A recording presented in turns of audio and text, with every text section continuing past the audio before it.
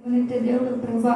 అవును తండ్రి, నీతిమంతుడు పడిపోయినను తిరిగి లేవనెత్తే దేవుడు నీవు ఉన్నావు ప్రభా. అయ్యా మేము పడిపోయినాను ప్రభా, మేము నశించిన వారమైతే కాదయ్యా. అయ్యా మీకు వందనాలు చెల్లిస్తున్నాం. మేము కృంగిపోయినాను ప్రభా, మమ్మల్ని మరలా చక్కగా నిలబెట్టే దేవుడు మీరు మాకున్నారు ప్రభా.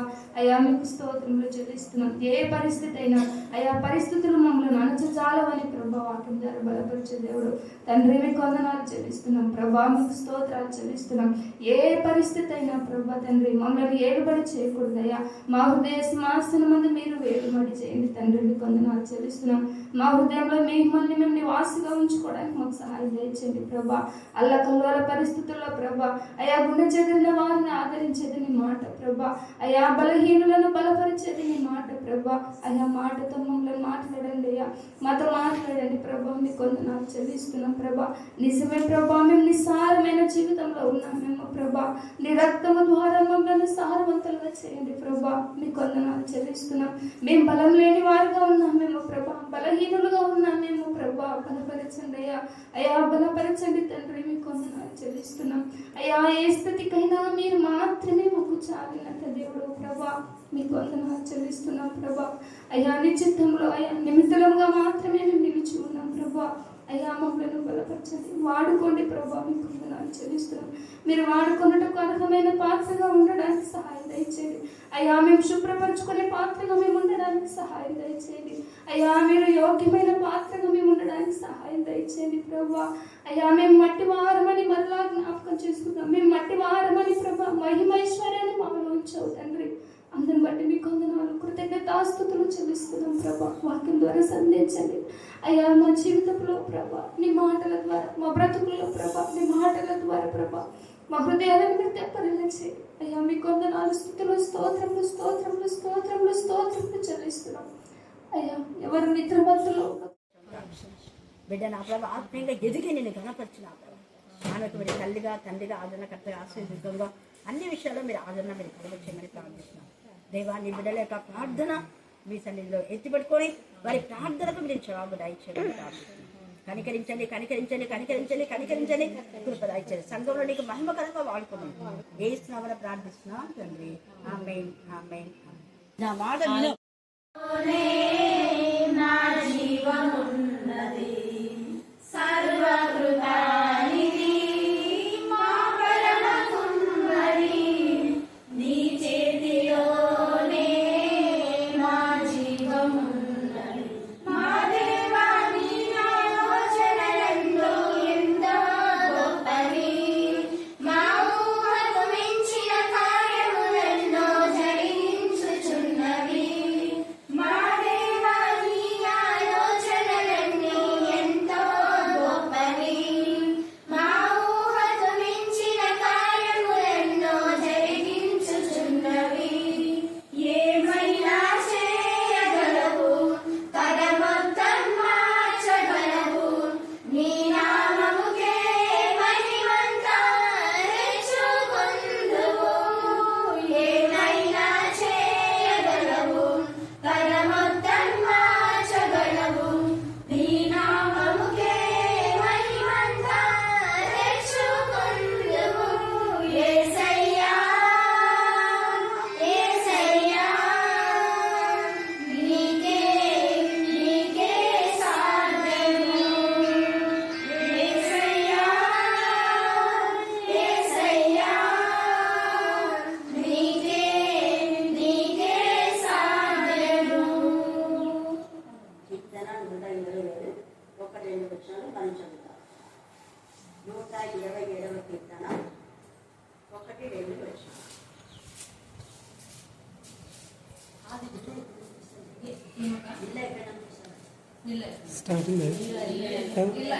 స్టార్టింగ్లో ఉంది,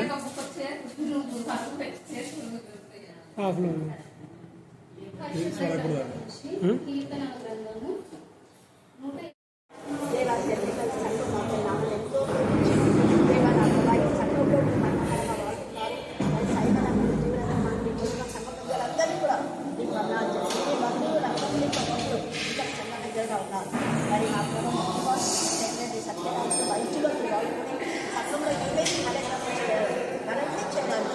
ఉపవాస ప్రార్థన ప్రభ దయచేయమని నేను కొత్తదైన జీవితం దయచేసి చేతితో కష్టాధికం చూపించమని ఇక్కడ ఉన్న విద్యార్థులందరికీ జ్ఞానం దయచేసి విజయం దయచేయమని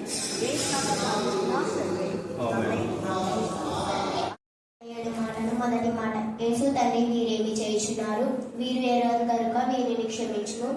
రెండవ మాట, నేడు నీవు నాతో కూడా పరదేశంలో ఉన్నవని నిశ్చయముగా నీతో చెప్పుచున్నానెను. మూడవ మాట, అమ్మ ఇదిగో నీ కుమారుడు, ఇదిగో నీ తల్లి. నాలుగవ మాట, నా దేవా నన్ను ఎలా చేయ విడిచితివి. ఐదవ మాట, నేను తప్పికొనుచున్నానెను. ఆరవ మాట, సమాప్తమైనదని చెప్పి తల వంచి ఆత్మను అప్పగించెను. ఏడవ మాట, తండ్రి నీ చేతికి నా ఆత్మను అప్పగించుకొనుచున్నానెను. Psalm chapter 121 verse 2. My helps come from the Lord who made heaven and earth. ఇంకా ప్రేమిస్తున్నటువంటి మా ప్రియ పరలోక తండ్రి, నీ ఘనమైన శ్రేష్టమైన అప్రూపమైన పాదములకు స్తుతులు స్తోత్రములు చెల్లించుకుంటున్నాను నా ప్రభా. ఉదయకాలం మొదలుకొని ఇప్పటివరకు కాపాడినారో అందుని బట్టి మీకు స్తుతులు స్తోత్రములు నా ప్రభా. ఎవరైతే నా ప్రభా ఇక్కడికి రాలేక వెనుకబడి ఉన్నారో అంత త్వరగా రప్పించమని ప్రార్థిస్తున్నాం తండ్రి. నీకే స్తోత్రం, నీకే స్తోత్రం, నీకే స్తోత్రం, నీకే స్తోత్రం, నీకే స్తోత్రం ఇస్తే ఎంతమంది అయితే నా ప్రభా ఈ సమయాన్ని చూడలేక మట్టికి పండైపోతున్నారు నా ప్రభా. మీరైతే మమ్మల్ని సజీవ లెక్కలో ఉంచి నా ప్రభా సజీవంగా ఇక్కడ ఉంచి ఈ సమయం వద్ద నా ప్రభా నీ మాటలు వినడానికి సహాయం దయచేసినారు. అందుని బట్టి నీకే స్తోత్రం, నీకే స్తోత్రం, నీకే స్తోత్రం, నీకే స్తోత్రం వేసా. ఈ రోజు నందు నా ప్రభ ఎంతమంది అయితే నా ప్రభ ఉపవాసం ఉంటున్నారు నా ప్రభ, వారందరినీ జ్ఞాపకం చేసుకుంటూ నా ప్రభ నీకే స్తోత్రం, నీకే స్తోత్రం. వారందరి నిమిత్తం అయితే ఉన్నారు నా ప్రభ, వారి జ్ఞాపకం చేసుకొని వారి కోరికలని తీర్చమని ప్రార్థిస్తున్నాం తండ్రి. నీకే స్తోత్రం, నీకే స్తోత్రం, నీకే స్తోత్రం వేసా. అవునేసా, మీరు నా ప్రభ నేను చెప్పినా కదా నా ప్రభ నీకే స్తోత్రం, నీకే స్తోత్రం వేసా. మీరు ఉపవాసం ఉండి మీ పనులన్నీ చేయటమే కాదు నా ప్రభ. అవునేసా నా ప్రభ, దుర్మార్గుల కట్లను విప్పాలి అని చెప్పినారు నా ప్రభ. నీకే స్తోత్రం వేసా. అవునేసా, మా ఆహారం నా ప్రభ ఆకలి ఉన్న వారికి ఇవ్వాలి నా ప్రభ. నీకే స్తోత్రం, నీకే స్తోత్రం, నీకే స్తోత్రం, నీకే స్తోత్రం వేసా. మీరు రక్త సంబంధికి నా ప్రభ ముఖము నా ప్రభ తిప్పకూడటకు సహాయం దయచేయమని ప్రార్థిస్తున్నాం తండ్రి. అవునేసా, ఇదే నా ప్రభ మీకు ఇష్టమైన ఉపవాసం నా ప్రభ. అవునేసా, మేము ఇటువంటి ఉపవాసం చేస్తే నా ప్రభ నీకు స్తోత్రం వేసే. మా వెలుగు నా ప్రభ వేగ చుక్కలా ఉంటుంది నా ప్రభ. అవునేస్తే మాకు వెంటనే స్వస్థత కలుగుతుంది నా ప్రభ. నీకే స్తోత్రం, నీకే స్తోత్రం, నీకే స్తోత్రం వేసే. అప్పుడు నా ప్రభ మీ మహిమ నా ప్రభ మా వెనుక ఉంటుంది నా ప్రభ. నీకే స్తోత్రం, నీకే స్తోత్రం, నీకే స్తోత్రం, నీకే స్తోత్రం వేసా. ఇప్పుడు వాక్యం చెప్పబోయేటువంటి నా ప్రభ జ్యోతిని కూడా మీరే జ్ఞాపకం ఉంచుకున్న ప్రభ, తన నోటికి నా ప్రభ మీరే దూరంగా ఉండి నా ప్రభ మీరే మాట్లాడించమని ప్రార్థిస్తున్నాం తండ్రి. నీకే స్తోత్రం, నీకే స్తోత్రం, నీకే స్తోత్రం, నీకే స్తోత్రం, నీకే స్తోత్రం వేసా. ఎక్కడైతే నా ప్రభ ఇద్దరు ముగ్గురు కూడి నా నామంలో ప్రార్థన చేస్తారో అక్కడ నేను ఉంటానని మీరు నా ప్రభ చెప్పినారు నా ప్రభ. ఇక్కడ మీరు ఉన్నారు, మీరు వింటున్నారని మేము నమ్ముతున్నాను నా ప్రభ. నీకే స్తోత్రం, నీకే స్తోత్రం, నీకే స్తోత్రం, నీకే స్తోత్రం వేసా. అవునేసా, అపోస్తుల కార్యంలో చెప్పినటువంటి నా ప్రభ మేము బోధి గంతముల వరకు నా ప్రభ మీ సువార్తను ప్రకటించే వారిగా కాకుండా నా ప్రభ కనీసం నా ప్రభ నా ప్రభ వాతావరణంలో నా ప్రభ చెప్పుటకు సహాయం దయచేయండి నా ప్రభ. మా దేశంలో నా ప్రభ, మా రాష్ట్రంలో నా ప్రభ, కనీసం నా ప్రభ మా ఊరిలో నా ప్రభ, మా కుటుంబంలో నా చెప్పుటకు సహాయం దయచేయమని ప్రార్థిస్తున్నాం తండ్రి. నీకే స్తోత్రం, నీకే స్తోత్రం, నీకే స్తోత్రం, నీకే స్తోత్రం, నీకే స్తోత్రం వేసా. అవునేసా, మీరు ఉపవాసం ఉన్నప్పుడు నా ప్రభ ఆ సాతాను నా ప్రభ మిమ్మల్ని శోధించింది నా ప్రభ. నీకే స్తోత్రం వేసా. మీరు దాన్ని నా ప్రభ తల నా ప్రభ త్రొక్కి నా ప్రభ మీరు జయించి నా ప్రభ మళ్ళీ తిరిగి లేచినారు. అందును బట్టి నీకే స్తుతులు, నీకే స్తుతులు, నీకే స్తుతులు, నీకే స్తుతులు, నీకే స్తుతులు స్తోత్రంలో నా ప్రభ. నీకే స్తోత్రం వేసా. నీకే స్తోత్రం, నీకే స్తోత్రం, నీకే స్తోత్రం, నీకే స్తోత్రం, నీకే స్తోత్రం, నీకే స్తోత్రం. ఆలోచనకర్త నీకే స్తోత్రం, బలవంతుల దేవుడు నీకే స్తోత్రం, నిత్యులకు తండ్రి నీకే స్తోత్రం, సమాధానకర్త నీకే స్తోత్రం. భూపతులకు రాజులుగా ప్రభులుగా ఉన్నారు. అందును బట్టి నీకే స్తుతులు, నీకే స్తుతులు, నీకే స్తుతులు, నీకే స్తోత్రం, నీకే స్తోత్రం, నీకే అంటే నా ప్రభ హినము కంటే తెల్లగా మమ్మల్ని కడగమని ప్రార్థిస్తున్నాం తండ్రి. నీకే స్తోత్రం, నీకే స్తోత్రం, నీకే స్తోత్రం, నీకే స్తోత్రం వేసా. వాళ్ళ విశ్వాసాన్ని దయచేయండి నా ప్రభ. నీకే స్తోత్రం వేసా. నమ్ముడని ఎవరైతే సమూహానికి సమస్తము నా ప్రభ తను ఎంతగానో నా ప్రభ కన్నీరు ఏరులే పారుస్తున్నాడు తండ్రి. నీకే స్తోత్రం వేసా. అలాగే నా ప్రభ మేము నా ప్రభ వాక్యం చెప్పడానికి సహాయం దయచేయండి నా ప్రభ. వాక్యం కొరడుకు ఏడవడానికి సహాయం దయచేయమని ప్రార్థిస్తున్నాం తండ్రి. నీకే స్తోత్రం, నీకే స్తోత్రం, నీకే స్తోత్రం, నీకే స్తోత్రం వేసా. అవునేసా, మిమ్మల్ని ప్రకటించేస్తే నా ప్రభ గొప్ప సైన్యంగా ఉన్నారు నా ప్రభ. నీకే స్తోత్రం వేసా. ఆ సైన్యంలో మేము ఉండడానికి సహాయం దయచేయమని ప్రార్థిస్తున్నాం తండ్రి. నీకే స్తోత్రం, నీకే స్తోత్రం, నీకే స్తోత్రం, నీకే స్తోత్రం, నీకే స్తోత్రం వేసా. ఎంతమంది అయితే నా ప్రభ హాస్పిటల్స్లో ఉన్నారు నా ప్రభ, రోడ్డు ప్రయాణం చేస్తున్నారు నా ప్రభ, తన అడుగుపెట్టే ప్రదేశం అంతా తనకిస్తారన్నారు నా ప్రభ. ఇచ్చినారు అందుని బట్టి నీకే స్తుతులు స్తోత్రం, నీకే స్తోత్రం, నీకే స్తోత్రం వేసా. మాకు ఇచ్చినటువంటి వాగ్దానం నా ప్రభ మీ స్వస్థత తెచ్చుకోవడం సహాయం దయచేయమని ప్రార్థిస్తున్నాం తండ్రి. నీకే స్తోత్రం, నీకే స్తోత్రం. మీకు వచ్చిన ప్రతి ఒక్క బిడ్డను తీర్చండి నా ప్రభ. వారికి ఎటువంటి నా ప్రభ అవసరతలు ఉన్నాయో వాటిని అందరినీ నా ప్రభ తీర్చండి నా ప్రభ. నా ప్రభ నన్ను క్షమిస్తారని నమ్ముచు నజరుడైన యేసుక్రీస్తు నామములో అడిగి వేడుకొని పొంది ఉన్నాం మా తండ్రి. ఆమేన్, ఆమేన్.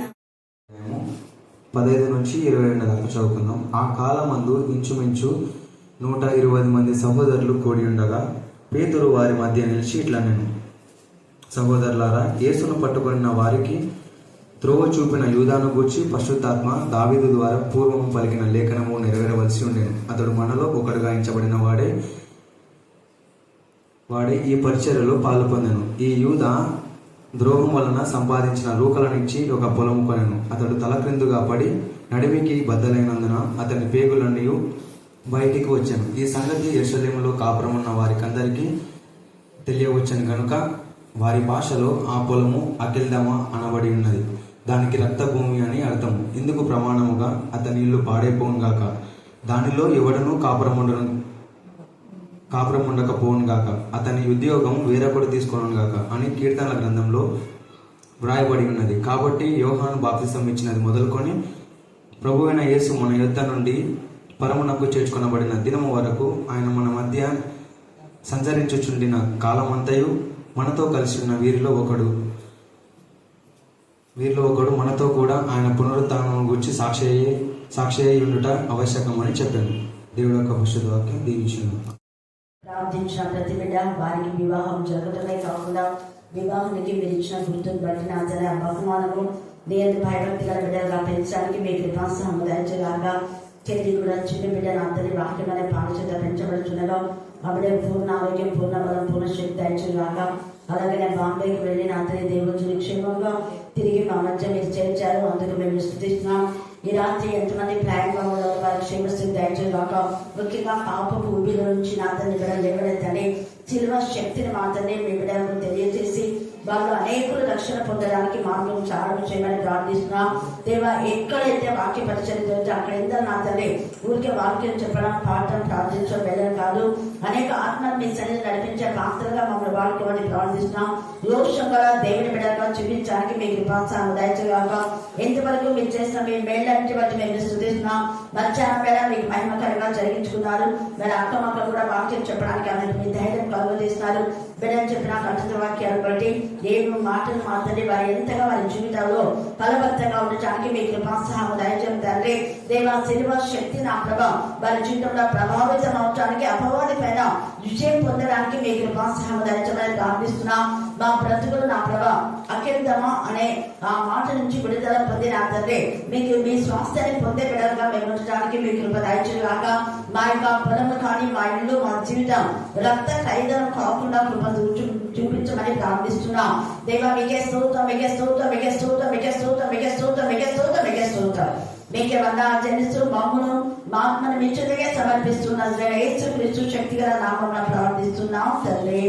ఆమేన్, ఆమేన్, ఆమేన్. అకెల్దమా ఏంటి చెప్పండి? అకెల్దమా. మళ్ళీ చెప్పండి. అకెల్దమా. అకెల్దమా చెప్పండి మళ్ళీ. అకెల్దమా. అకెల్దమా. అకెల్దమా. అకెల్దమా. అకెల్దమా. అకెల్దమా. అకెల్దమా అంటే రక్త భూమి. ఏంటది? రక్త భూమి. రక్తము పారిందని ముందే ప్రవచన రూపంగా అప్పుడు ఇంకా యేసయ్య శిలువకు అక్కడ తీర్పు జరుగుతూ ఉంది. కానీ ముందే ఇతను యేసయ్యని ఎప్పుడైతే సిలవేయండి అని కేకలు వేసి కొరడతా కొట్టడం ప్రారంభించారో అప్పటికి యూదాకు బుద్ధి వచ్చి దేవుని యొక్క మందిరంలోకి వచ్చి ఇంకా యేసయ్య చనిపోరా, బ్రతికే ఉన్నాడు. అక్కడ ఇంకా అంత వ్యాజ్యం జరుగుతూ ఉంది. ఆ టైంలో అతనికి పశ్చాత్తాపం వచ్చింది కానీ నిజమైన పశ్చాత్తాపం రాలా.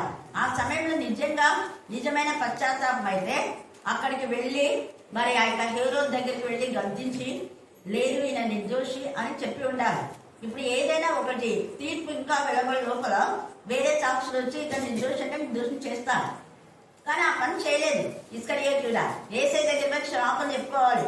అవన్నీ ఏం చేయకుండా ఊరికే వచ్చి తను తీసుకున్న డబ్బులు తెచ్చి ఆలయంలో తోస్తే వాళ్ళు ఏం అంటారు అంటే ఇది దేవుని సన్నిధికి చేర్చబడదు. గుర్తుపెట్టుకోండి, ఏ కానుక అంటే ఆ కానుకలు దేవుని సన్నిధికి చేర్చబడదు. అక్రమమైన విధానంలో మనం ఎన్ని కానుకలు తెచ్చి ఎంత భోజనం చేసి, ఈ ఫాస్టింగ్ ప్లేస్ లో చాలా మంది భోజనాలు పెట్టిస్తుంటారు, బట్టలు కూడా ఇస్తారు. దేవుడి భోజనాలు పెట్టించడం, బట్టలు ఇవ్వడం ముఖ్యం కాదు. ఏం చేయాలి చెప్పండి? బ్రతుకులు మార్చుకోవాలి. ఇక్కడ ఇస్కరియోతీయుడా తన బ్రతుకు మార్చుకోకుండా దేవునికి విరోధంగా తినము తాగుము సుఖించమనే విధానంలో ఉండి యేసయ్య ఎంతగా తనను ప్రేమించి దొంగ జీవితాన్ని మార్చి ఒక శిష్యునిగా యేసు ప్రభు శిష్యులో ఒకడుగా ఎంచబన్నాడు. అంత ఉన్నత స్థాయిలో దేవుడు అతను ఉంచితే మత్తయి సువార్త 10వ అధ్యాయంలో 11 మంది శిష్యులకు ఇచ్చినటువంటి అథారిటీ అతను కూడా ఇచ్చాడు. ఏం పక్షపాతం చూపలేదు యేసయ్య. అంత ప్రేమించిన యేసయ్యను తను పట్టించడానికి కారకులైనాడు. 11 మంది ఎప్పుడు లోకస్తులతో సహవాసం చేయాల. ఈ వాక్యం ద్వారా మనం నేర్చుకోవాల్సిన సత్యం ఏంటంటే లోకస్తులతో సహవాసం చేయకూడదు. లోకం నుంచి వేరే. ఇందాక అసలు దైవం పాడిన పాటలో ఎంత అర్థం ఉంది. నాకు చాలా మంది ఏమంటున్నారు అంటే అక్కడ పెద్ద సంఘం, అక్కడికి రా ఇక్కడికి రా అని పిలుస్తుంటారు. కానీ ఆ పాటలో 99 మంది పూర్ణాత్మతో, పూర్ణ మనసుతో, పూర్ణ బలంతో, పూర్ణ శక్తితో యేసయ్యని ఆరాధించిన వాళ్ళు అవసరం లేదు. యేసయ్యకు ఆత్మతో సత్యంతో ఆరాధించే ఒక్క గొర్రె చాలు. మొన్న పదలలో చిక్కుకొని పశ్చాత్తాపడి ఆక్రందన చేస్తూ యేసయ్య నువ్వు నాకు కావాలి అంటే ఆ ఒక్క గొర్రె దగ్గరికి యేసయ్య వెళ్తాడు. 99 దగ్గరికి వెళ్ళడు. 99 వాళ్ళంతా సెల్ పోస్ట్ అన్నమాట. మాకు ఒక చూపించుకోవడానికే. మాకు ఇన్ని వేల మంది వస్తున్నారు, అన్ని వేల మంది వస్తున్నారు, మంచిదే.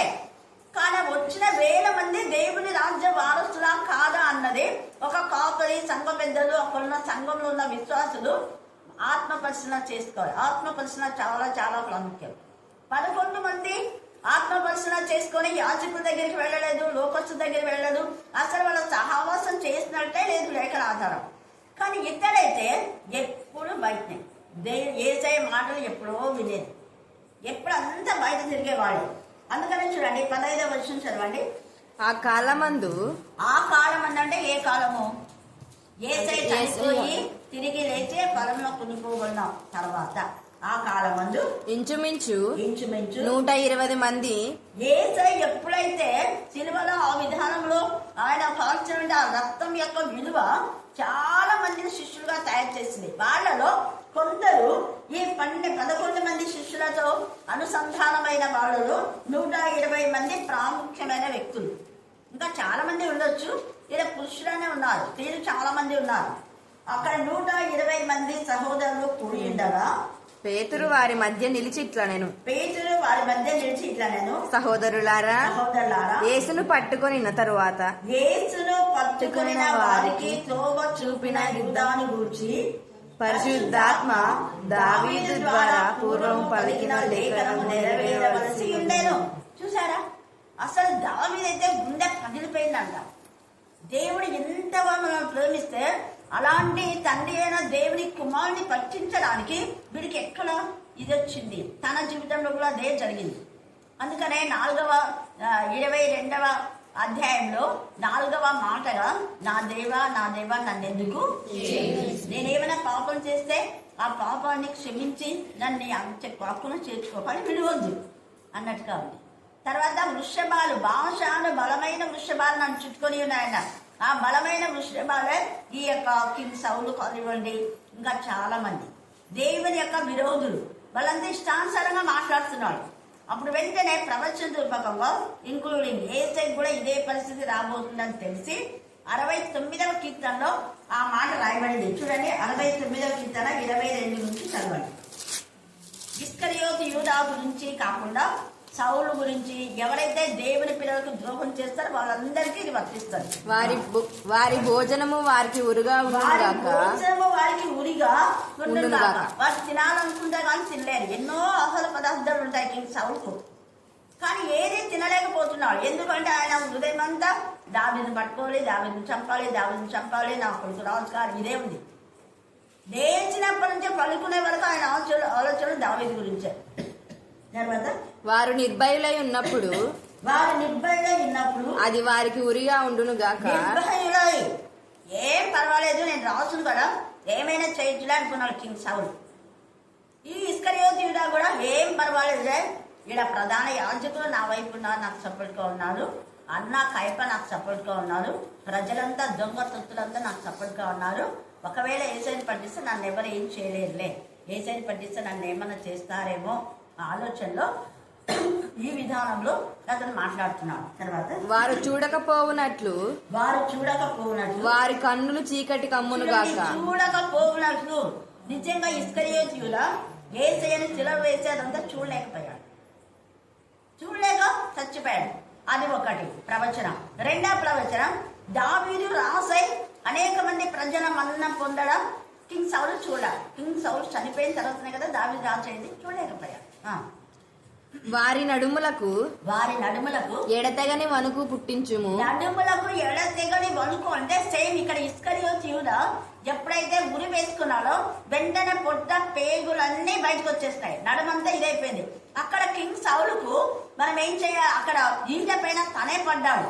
పడి చనిపోతున్న సమయంలో ఒక అమాలేకుని పిలిచి, ఇంకా నేను చనిపోతున్నాను, మళ్ళా వాళ్ళు వచ్చి అన్యులు వచ్చి నన్ను చంపేస్తారు, అంతకంటే ముందు నువ్వే నన్ను పొడిచి చంపు అంటాడు.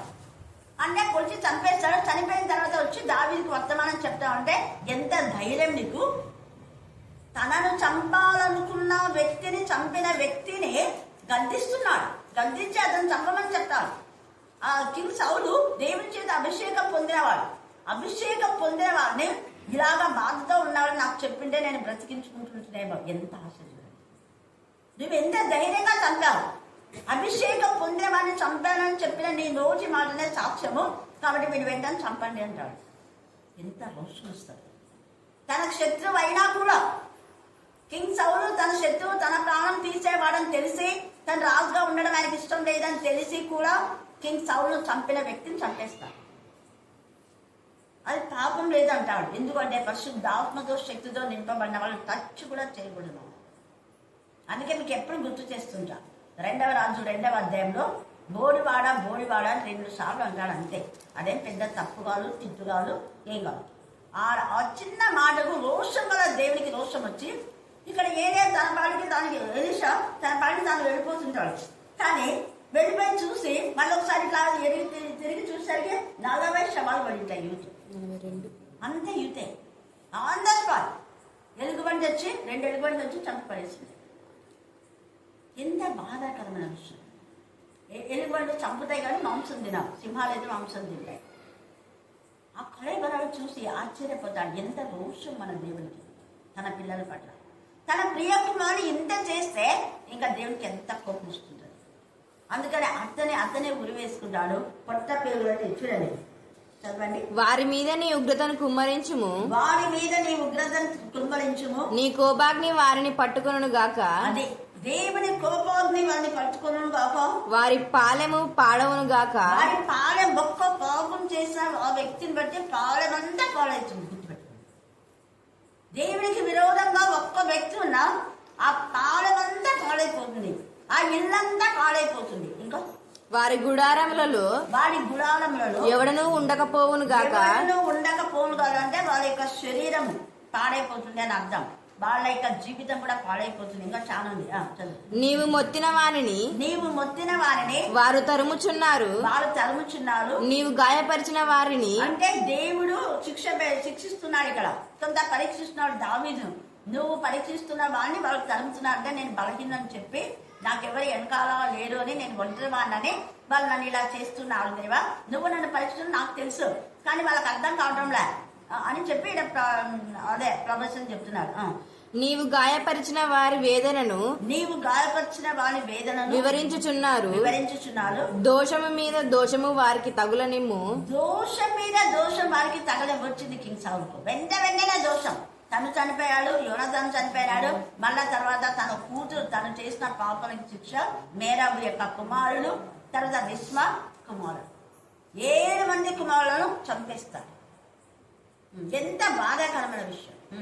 నీ నీతి వారికి అందనీయకము, నీ నీతిని వారికి అందనీయకము, జీవ గ్రంథంలో నుండి వారి పేరును తుడుపు ఈ పెట్టుము. మాట ఎప్పుడు గుర్తుపెట్టుకోండి. జీవ గ్రంథం నుంచి వారి పేరు తుడుపు పెట్టు. అంటే యేసయ్య శిష్యుడుగా ఉన్నంత వరకు ఇస్కరియోతు యూదా పేరు జీవ గ్రంథం ఉంది. కింగ్ సౌల్ పేరు కూడా ఆత్మతో నింపబడి ఉంది. ఇప్పుడు తుడిపేస్తున్నా అంటే తుడుపు పెట్టమా. నీతిమంతుల పట్టిలో వారి పేర్లు వ్రాయకము, నీతిమంతుల పట్టిలో వారి పేరు వ్రాయకు. నీతిమంతులకు ఒక పట్టిక ఉందని గుర్తుపెట్టుకోండి. నేను బాధపడిన వాడినే వ్యాకులపడుచున్నాను, నేను బాధపడు వాళ్ళనే వ్యాకులపడుచున్నాను. దేవా నీ రక్షణ నన్ను ఉద్ధరించును ఇంకా గాక. తర్వాత వాళ్ళ ఉద్యోగం వేరే కూడా తీసుకొని కాక చాలా ఉంది. ఇది చదివితే ఎంత మార్మికమైన సత్యం. దీన్ని చదివినప్పుడు మనం భయపడాలి. దేవుని పిల్లలంటే ఏంటో మనం అర్థం చేసుకోవాలి. ఇక్కడ దావీదు చేసిన ప్రార్థనకు దేవుడు జవాబిచ్చి కింగ్ సౌలుకు శిక్ష వచ్చింది. అలాగనే ఇస్కరియోతు యూదా ఆయన ఉద్యోగము వేరొకటి తీసుకున్నాడు. చూడండి, ద్రోహం వలన ఈ యూదా ద్రోహం వలన సంపాదించిన రూకలనిచ్చి ఒక పొలం కొనెను. అతని తలకిందులుగా పడి నడిమికి బద్దలైనందున అతని పేగులన్నీ బయటికి వచ్చెను. ఈ సంగతి యెరూషలేములో కాపురమున్న వారందరికీ తెలిసిందంటే అప్పుడు ఇంకా ఎంతమంది రక్షణ పొందుంటారు. అమ్మో, యేసయ్యని ఇలా చేసినందుకు రుద్దు బాబాయ్ చాలా మంది, వందల మంది కాదు వేల మంది రక్షణ పొందారు. వేల మంది యేసయ్య శిష్యులుగా తయారైపోయినారు అప్పటికే. ఇంకా తెలియపరిచాను కనుక వారి భాషలో ఆ పొలము అకెల్దమా అనబడి ఉన్నది, దానికి రక్తభూమి అని అర్థము. దానికి రక్తభూమి అనే అర్థము. ఇందుకు ప్రమాణముగా అతని ఇల్లు పాడైపోవును గాక. చూడండి, ఈయన చేసిన పాపాలకి ఇల్లు కూడా. దానిలో ఎవడును కాపురం ఉండకపోవును గాక. కాపురం ఉండక ఎవరు ఆ రాజ్యంలో ఉండకుండా అందరూ తెచ్చిపోయారు. కింగ్ సౌలు వాళ్ళకి సంబంధించిన వాళ్ళంతా. అతని ఉద్యోగము వేరొకడు తీసుకొనును గాక. అంటే కింగ్ సౌలు రాజుగా ఉన్నాడు, లేడు. ఇప్పుడు దావీదు రాజు అయ్యాడు. ఇప్పుడు ఇస్కరియోతు యూదా బదులు ఇంకొకరిని శిష్యునిగా ఏర్పాటు చేస్తున్నాడు. అతని ఉద్యోగం వేరొకడు తీసుకున్నాడు గాక అని కీర్తన గ్రంథంలో వ్రాయబడి ఉన్నది. అని కీర్తనల గ్రంథంలో వ్రాయబడి ఉన్నది. కాబట్టి యోహాను బాప్తీసం ఇచ్చినది మొదలుకొని ప్రభువైన యేసు మన యొద్ద నుండి పరమునకు చేర్చుకొనబడిన దినము వరకు ఆయన మన మధ్య సంచరించుచుండిన కాలమంతయు మనతో కలిసి ఉన్న వీరిలో ఒకడు మనతో కూడా ఆయన పునరుత్థానం గూర్చి సాక్షి అయ్యుండుట అవశ్యమని సాక్ష్యం చెప్పలేకపోయాడు. ఎంత బాధ. అందుకే సాక్ష్యం అనేది చాలా ప్రాముఖ్యం. 11 మంది యేసయ్య గురించి సాక్ష్యం చెప్పి సాక్షి జీవితంలో యేసు ప్రభు కోసం వాళ్ళు మరణించారు. కానీ ఇస్కరియోతు యూదా తన పాపం విషయమే మరణించాడు. తన పాపమే తన పట్టుకుంది, సాక్షిగా నిలబడలేకపోయాడు. ఆ ఇస్కరియోతు యూదా పక్షంగా వేరే వాళ్ళని ఎన్నుకున్నారు. చీట్లు వేసి అతను మత్తియా వచ్చినట్ల దేవుడు చూస్తున్నాడు. ఇలాగా దేవుడికి విరోధంగా చేసిన వాళ్ళలో ఎవ్వరికి కూడా ఆశీర్వాదం లేదు. అదే బిగినింగ్. మనం మోసే కాలం నుంచి కూడా చూస్తే నోహోను హేళన చేసి మరి ఏమేమో మాట్లాడినందుకే దేవుని కోపం వచ్చి 40 రాత్రి ప్రచండ వచ్చి ఎవరిని మిగిల్చాడు. అందరు నాశనం చేసినారు. ఒకటి. రెండవది మనం చూస్తే నినివే పట్టణస్థులకి అంత దుర్గతి రావడానికి కారణం ఏంటంటే లోతు నీతిమంతుడైన లోతు ఉన్న ఆ కుటుంబం అక్కడ ఉంది. వాళ్ళ కుమార్తెల విషయంలో వాళ్ళు కూడా ఎంత విరోధంగా మరి చెడు ఆలోచనలు ఉన్నారేమో తెలీదు. అందుకే దేవుని కోపం వచ్చి నినివే పట్టణం అంతా నాశనం చేశారు. అలాగే ఫరో జీవితంలో ఎంత కఠినపరుచుకున్నాడు. 11 తెగుళ్ళు వచ్చినా కూడా బుద్ధి రాలేదు. మోషేని ఇష్టానుసారంగా మాట్లాడి నీ ముఖం చూపించదు పో అన్నాడు. అంటే కుండ పెట్టుకొని వచ్చినాడు. తర్వాత మోషేని పిలిచండి అంటే ఏంటి ఆ కుండ అంటే నువ్వే కదా నాకు ముఖం చూపించొద్దు అన్నావు కదా, అందుకే ముఖం మళ్ళీ పిలిచినావు. ముఖం చూపించొద్దని నువ్వే అన్నావు, మళ్ళీ మోషేని పిలవండి అన్నావు కదా అనుకొని వచ్చిన. సరే తీసే, ఇప్పుడు ఇవే ప్రాణం చేయకో, ఈ తెగులన్నీ పోయని మళ్ళీ అన్నిటి ప్రాణం చేపిస్తాడు, మేలు పొందుకుంటాడు. విశ్వాసఘాతకుడు. ఫరో లాంటి విశ్వాసఘాతకుడు, కింగ్ సౌల్ లాంటి విశ్వాసఘాతకుడు, ఇస్కరియోతు యూదా లాంటి విశ్వాసఘాతకులు మనలో ఉంటే నాశనమే. తేజగా వాక్యంలో తండ్రి అయిన దేవుడు చెప్తూ ఉన్నాడు, వారి అంతం నాశనమే. అందుకని జాగ్రత్తగా ఉండాలి. హామాను దేవుని పిల్లలకు హాని చేయాలనుకున్నాడు, వాడితో పాటు వాడి కుటుంబం అంతా. మనం చూస్తే ఈ యొక్క నంబర్స్ అంటే ఇది సంఖ్యాకాండంలో 16వ అధ్యాయంలో కూడా తోరో చేసిన దానికి ఎంత భయంకరమైన ఉగ్రత వాడికి వస్తుంది. ఈ యొక్క మరి రాత్రి కాల సమయంలో మనం అలాగ ఉండవద్దు. మనం తర్వాత సర్వనాశనం అనే అంశం మాట్లాడేటప్పుడు మళ్ళీ వాటన్నింటి గురించి మనం మాట్లాడుకుందాం. ఈ రాత్రి కాల సమయమందు ఇస్కరియోతు యూదా లాంటి విశ్వాస ఘాతకుడు మనలో ఉంటే జాగ్రత్త పడాలి. పిలిచిన పిలుపు ఇక్కడ ఇష్టానుసారంగా వీళ్ళు యూదా పక్షంగా వేరే వాళ్ళని ఎన్నుకోలేదు. పరిశుద్ధాత్మ ద్వారా ప్రేరేపణ కలుగజేసి 2 వ్యక్తులు నిలబెట్టి ఆ దేవునికి చెప్పి ప్రార్థన చేసి అప్పుడు చీటు వేస్తే మత్తీయ పేరట వస్తుంది. అందుకని మత్తీయ పిలువబడిన వాడు, మత్తీయ ఏర్పరచబడినవాడు, మత్తీయ ప్రత్యేకింపబడినవాడు, మత్తీయ పంపబడినవాడు. దేవుని సేవకులు అంటే ముందు పిలుపు ఉండాలి. అక్కడ యేసయ్య ముందే అతన్ని పిలిచినట్టు మనం చూస్తాం. పిలువబడిన వాడు, తర్వాత ఇప్పుడు ఏర్పాటు చేస్తున్నాడు, తర్వాత ప్రత్యేకించారు అతన్ని. పరిశుద్ధాత్మతో అతను నింపబడి దేవుని సేవలో పంపబడినవాడు. సేవకులు అంటే ఊరికే వచ్చి బైబిల్ తీసుకొని ఏదో ఒక పొట్ట కూలి కోసమే సేవ జరుగుతుందిరే అనుకోవడానికి కాదు. మనకి ఎక్కడ ఉద్యోగం జరగకపోతే, మరి ఇంట్లో ఫెయిల్ అయితే, లేకపోతే ఎలక్షన్ నిలబడి ఇంకా ఎలక్షన్లో ఏమీ జరగలేదు కాబట్టి పోయి సేవకు, అలాంటి వాళ్ళని దేవుడికి క్షమించాలి. ఎప్పటికైనా వాళ్ళకి శిక్ష ఉంటుంది. మళ్ళీ వాళ్ళు చెప్పేది ఏంటి, ఎందుకు సేవలో ఉన్నా అంటే మేము ఇప్పుడు పశ్చాత్తాపడం తప్పు ఒప్పుకున్నాం. ఎప్పుడు తప్పు ఒప్పుకునేది? ఎలక్షన్లో ఫెయిల్ అయితేనా? లేకపోతే ఇంటర్ 10 సార్లు పలికి కొడితే సేవక పనికి రానిదే ఏ తండ్రి అయినా దేవునికి సేవకు పనికిరా.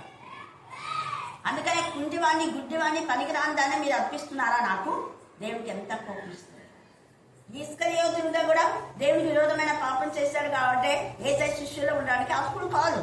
అందుకే దేవుడే ముందే మొత్తేస్తాడు. దేవుడు మొత్తేస్తాడు అలాంటి వాళ్ళని. దేవుని రాజ్యంలో జీవ గ్రంథంలో ప్రతి ఒక్కరి పేరు ఉంటాయి. మనం యేసయ్య రక్తంలో అది రక్త భూమి. యేసయ్య రక్తంలో ఆ భూమి అంతా యెరూషలేము యొక్క ప్రాంతం అంతా కూడా ఆయన రక్తంతో తడుపుతుంది అని ముందే వీళ్ళు చెప్పే ప్రవచనం ముందే రాసి ఉంచారు. రక్త ప్రయోజనం, రక్త భూమి. ఎంత బాధాకరమైన విషయం. యేసయ్య రక్తం నీ కోసమే నా కోసమే స్రవించడానికి కారణం నువ్వు నేను దేవుని బిడ్డగా జీవించడం కోసమే. తండ్రి అయిన దేవుడు ఈ వాక్యం ఆశీర్వదించి ఫలింపచేయుగాక. ఆమేన్, ఆమేన్, ఆమేన్. ప్రార్థన.